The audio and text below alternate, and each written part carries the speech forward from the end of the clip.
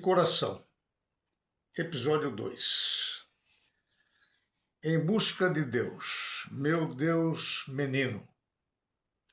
Peço desculpas inicialmente pelo boné. Ainda trato de umas manchas senis, renitentes, manchas de sol, mal de descendentes de italianos do norte.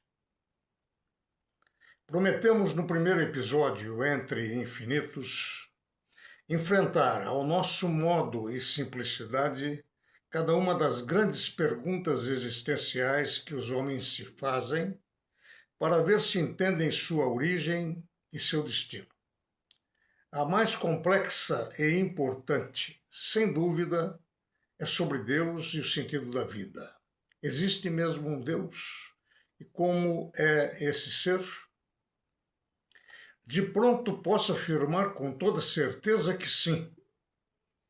Eu o percebi agora mesmo, dando ordens para que o sol surgisse como uma bola perfeitamente redonda, rubra com sangue, e depois, no seu compasso, fosse subindo lentamente no horizonte leste, tornando-se amarelada e clareando tudo. O sol não nasce no oeste e tampouco é azul. Há uma ordem perfeita para tudo e um governador cuidadoso tomando conta disto para nós. Então, nessa busca, vou começar do começo, do meu Deus menino, o primeiro Deus que me foi apresentado. Quando criança, um quadro de Jesus contemplativo no Horto das Oliveiras, pendurado na sala humilde da nossa casa, despertou-me pela primeira vez a realidade e a angústia da morte.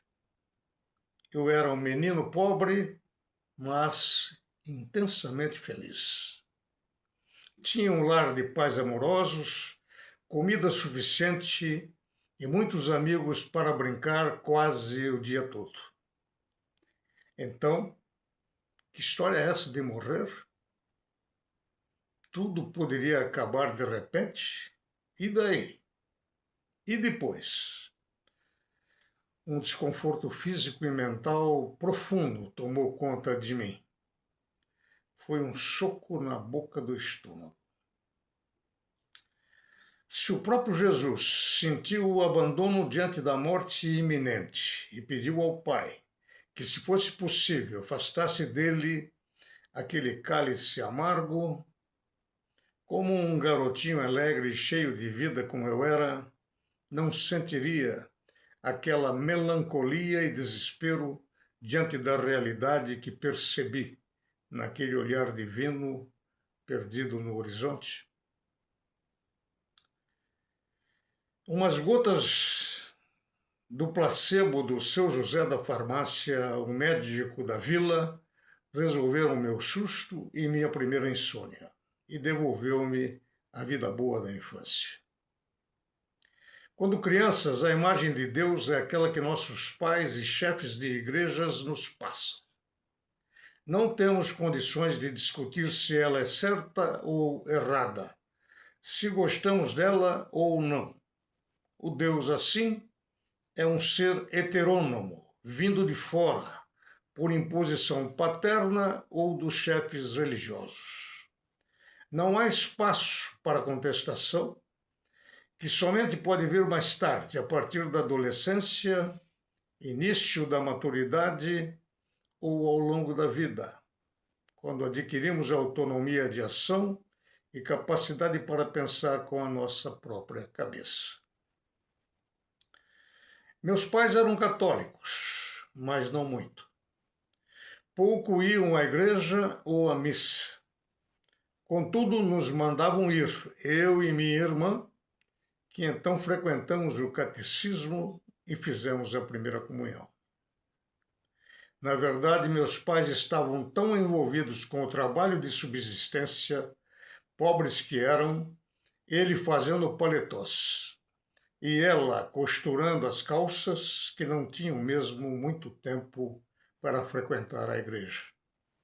Naquela época, as roupas eram feitas por encomenda e principalmente nas festas e nos finais de ano, as máquinas de costura dos dois pedalavam até de madrugada. O meu primeiro Deus da infância foi aprendido assim, no dia a dia da disciplina familiar. Não se aceitavam mentiras, desobediência, falta de respeito.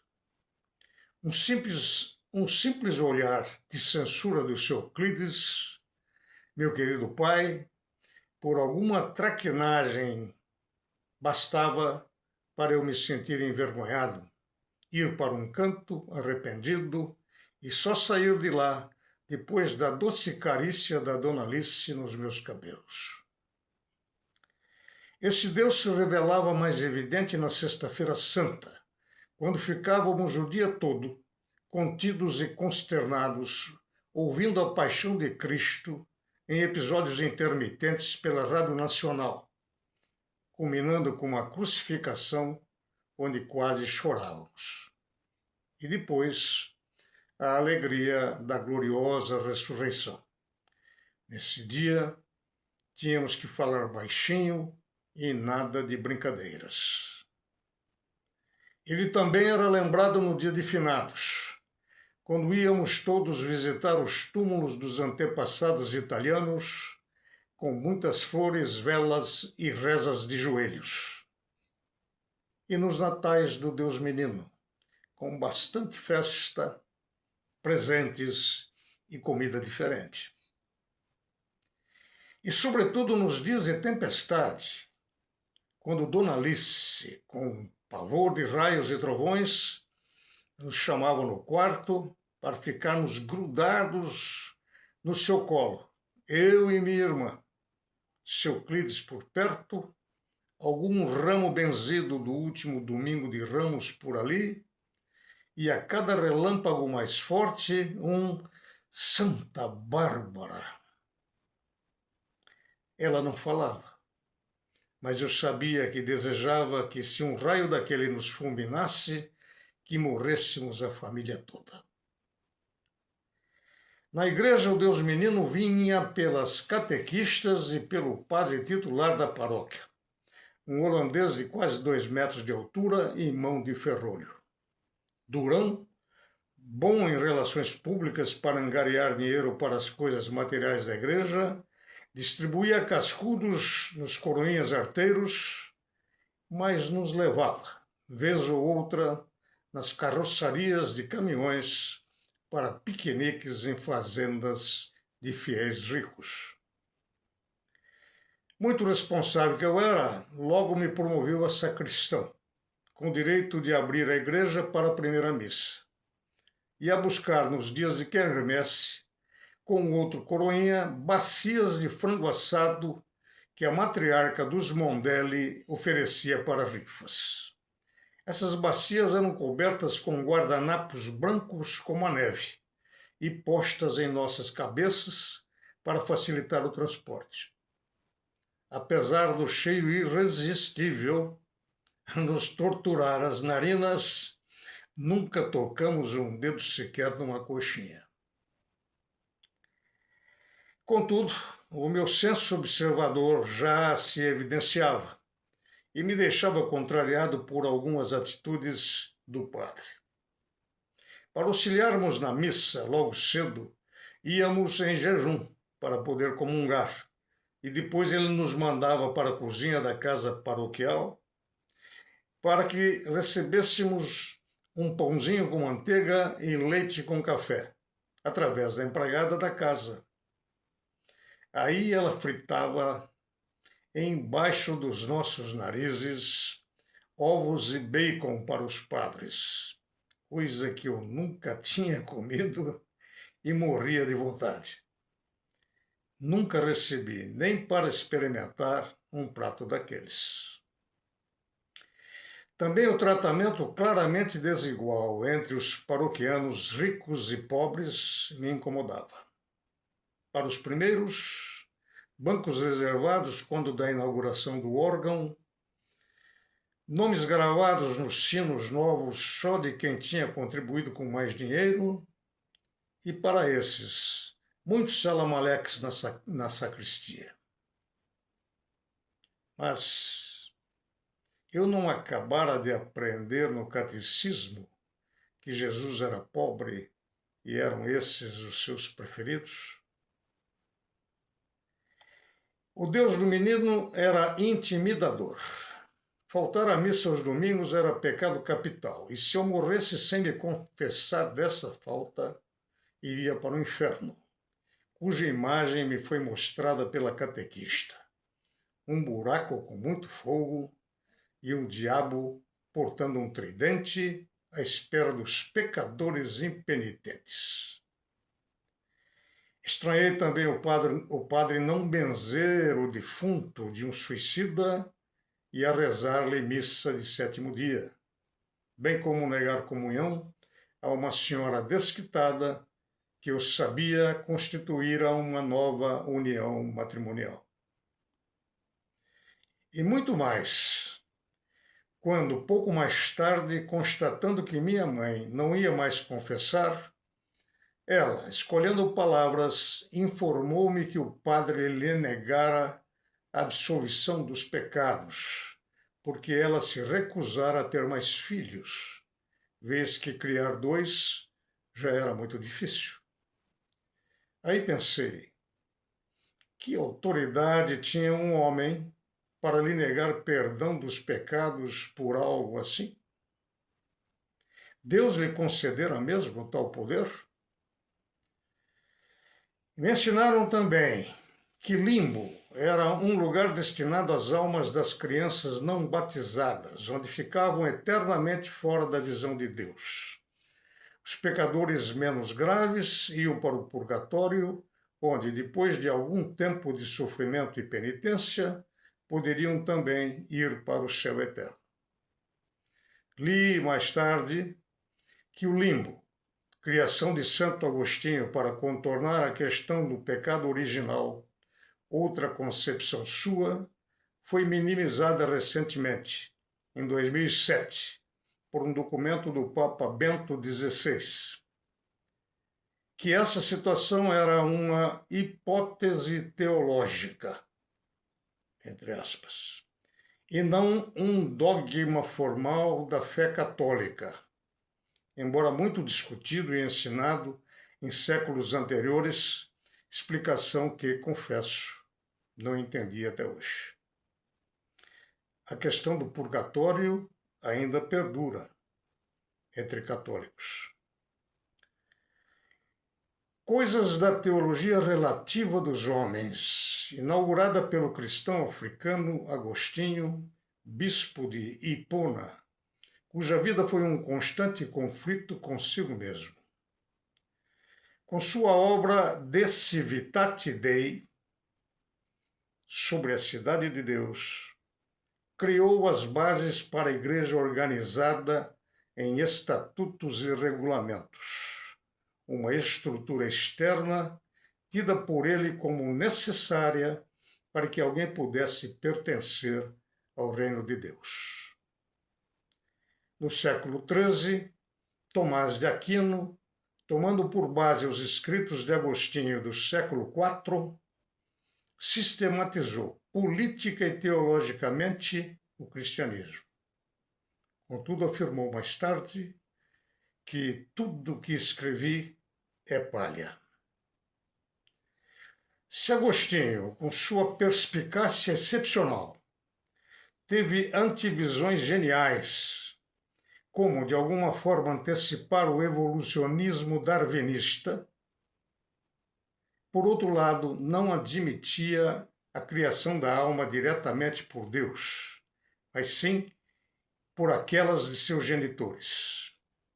Que Deus criou o mundo de uma infinita vacuidade, que o homem é mau por natureza e que somente pode ser salvo pela onipotência divina, pela graça, negando assim que ele possa salvar-se pelo Espírito e se tornar nova criatura em Cristo. Para o bispo de Hipona, Deus é o oleiro caprichoso da passagem bíblica, que molda vasos, alguns para honra e outros para desonra. jogando fora, ou melhor, no inferno, aqueles dos quais não se agrada. Negou radicalmente a liberdade humana e afirmou que o livre-arbítrio é pura ilusão, que depois da queda no Éden, o homem não é nada e Deus é tudo. E por aí. Ai daqueles nascidos pobres e feios nesse teatro cósmico. Felizmente, a Igreja Católica, apesar de ainda adotar Agostinho como um dos seus patronos, não acatou todos os seus conceitos, assumidos em parte mais tarde por algumas igrejas luteranas. Esse, o meu Deus da infância, ensinado na igreja, o Deus de Moisés, o poderoso legislador dos 10 mandamentos, necessário para pôr ordem naquela turba bárbara adoradora de bezerros de ouro e contaminada do paganismo greco-egípcio-romano. O Deus de barbas longas, onipotente, mas muito humano, que se sentia ofendido com os pecados dos homens, exigia sacrifícios para aplacar a ira, inclusive com o sacrifício de animais. E vivia sentado num trono, esperando para nos julgar após a morte, céu ou inferno eternos, conforme nossos atos.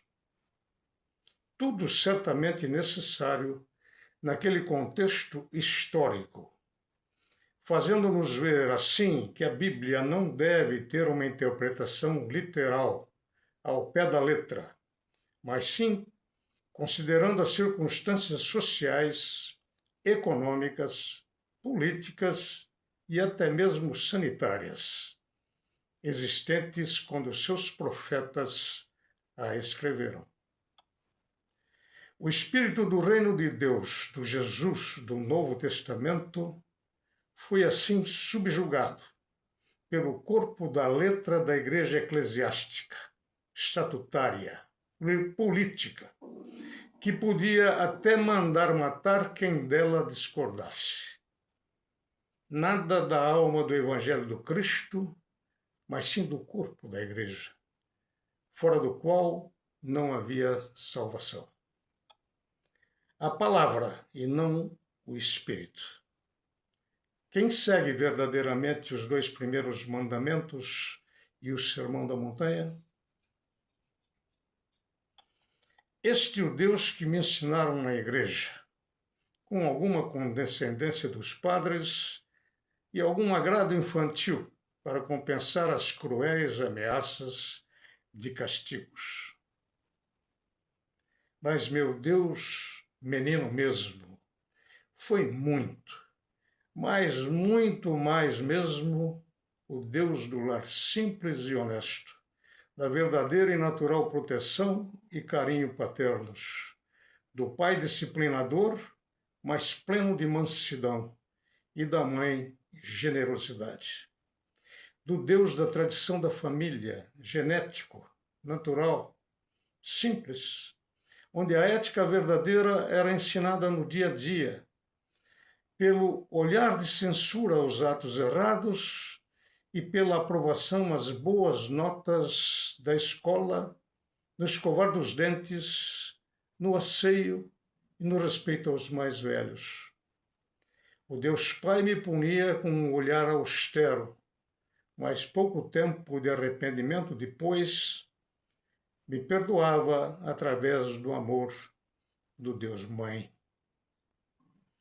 Meu Deus era, em suma, o Jesus do quadro da parede, agora sem placebo.